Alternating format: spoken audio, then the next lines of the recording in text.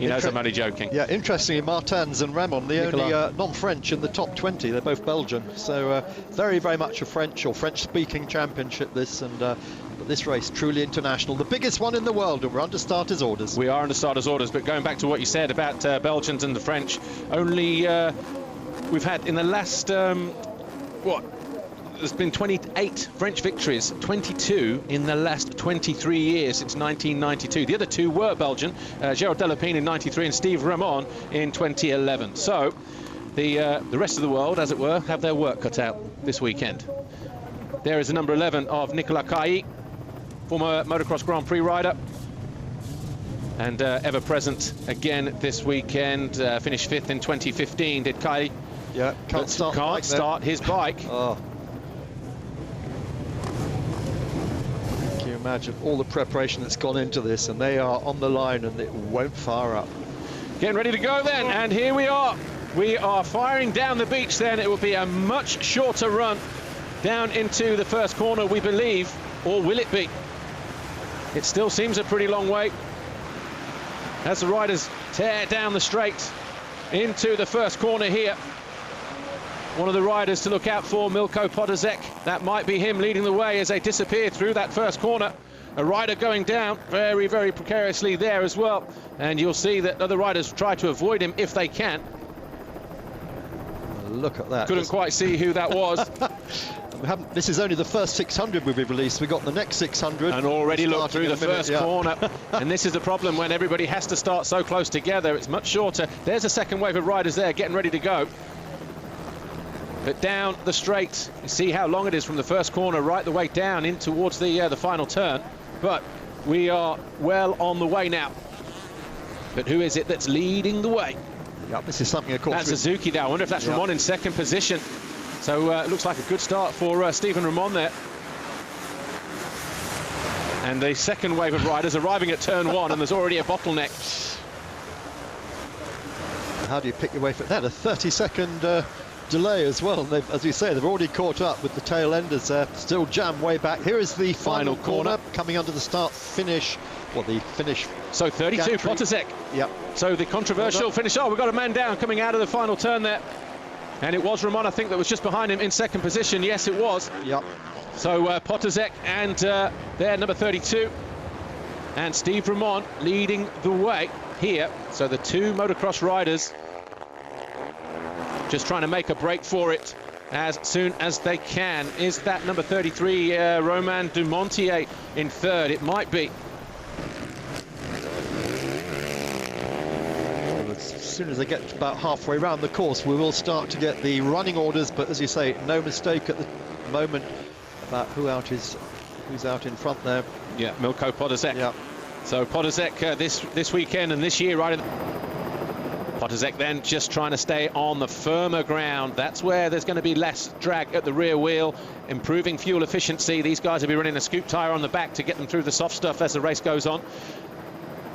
And you'll see a completely different change on the track this time around when they get through the first corner area and down towards the final turn. But Milko Podozek has ridden this race on a number of occasions. This was him coming down into the first turn at the start of the first lap. The number 32 on the tip-top MP32 Yamaha, Steve Ramon right there behind him. But there was no Jentel Martins in the background at that point, so that was just after the finish corner. Back live then as they work their way down. There's still 200, 300, 400 meters or so to get back down to the final corner. These jumps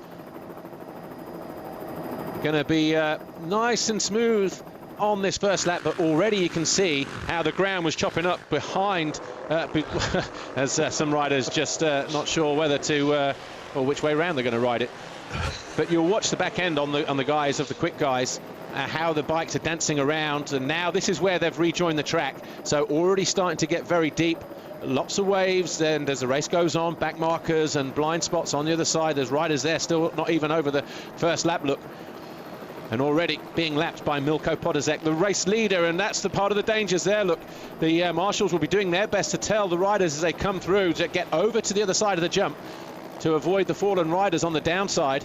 But look how choppy it is already, and this is just at the end of the first lap, and we've only seen 1,100 riders just come from the first corner to this point on the racetrack. Yeah, in fact, Ramon catching up with Poticek now. Poticek being very, very cautious, and Ramon has come up right behind him. And Chapelier is in third, so he's already found his way past Jentel Martens. And he's closing right in on the rear wheel of the number 2, Steve Ramon, as well. So there you just saw a flash as he came through. So over the line then, that is Milko Podolzek leading the way. And the 16 of Steve Ramon is in second position.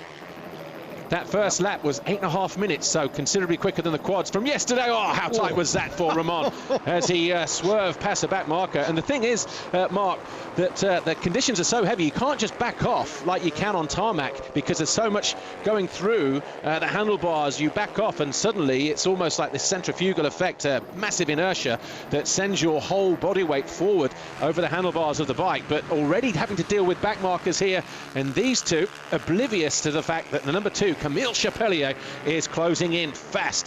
Yeah, and Ramon, of course, looking ahead to see which lines Poticek's taken. He has the advantage because he can see where Poticek is encroaching. Got the diggers ready just in case. Yesterday in the quad race, they were building sandbanks, playing with sandcastles when they should be racing. In fact, they're already making sure they keep people off the beach. Well, it was through that chicane there that Warnier had that problem. The waves crashed over that barrier. And they had some serious tram lines in there, and he almost drowned. It was almost like a submarine. But look at Van Beveren just streaking through these back markers here.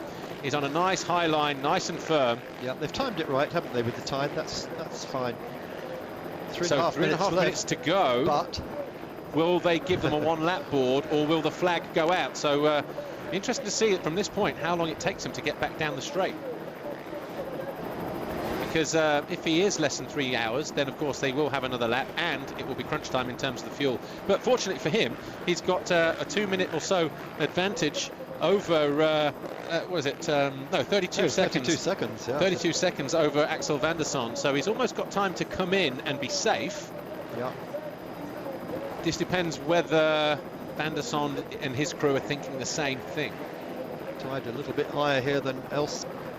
But good decision to start 15 minutes earlier this year. Yeah, here he is back on the action. Blue Van Man getting up to high speed, as you mentioned, 80-90 miles an hour, 150 kilometers an hour.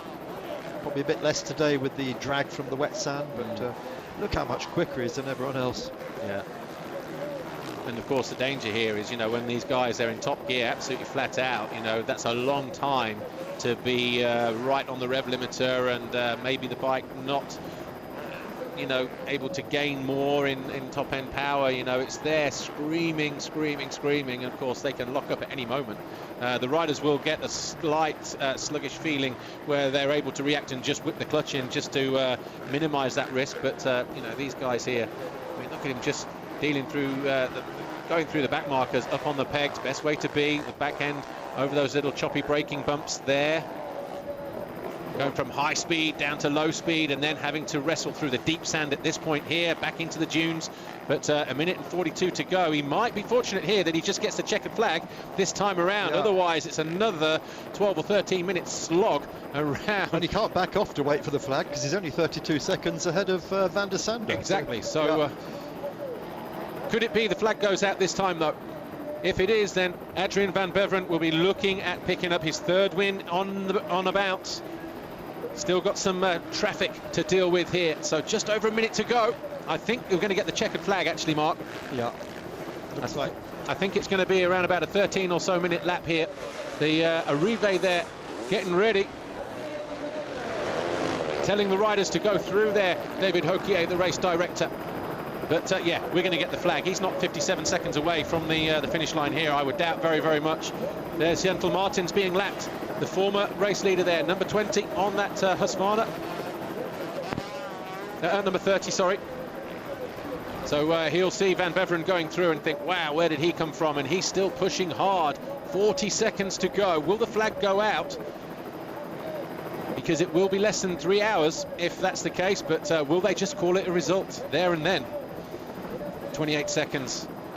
Oh, he doesn't want any more laps. Fuel won't allow him, surely. See, now he's in the safe zone. He's got more than 30 seconds as a lead.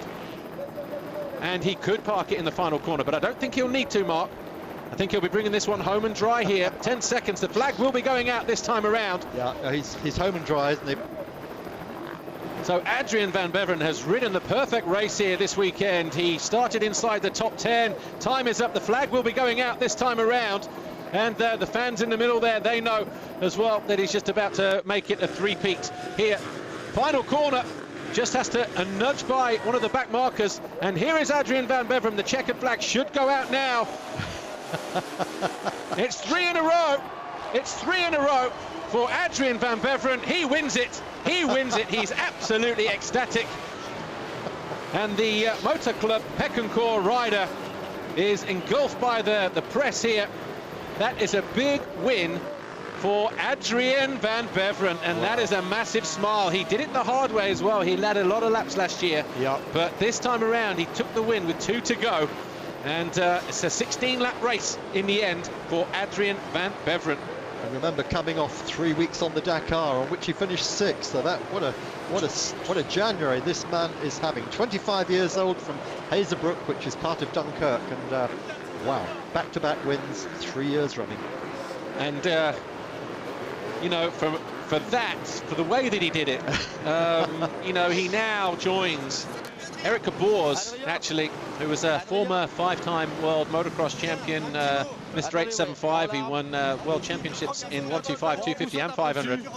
And he also won 3 in a row, 88, 89 and 90. It's a great last final corner shot. All the other riders waiting for him, and they're giving him their adulation as he came through. They don't have to do another lap then. So let's hear what he's got to say.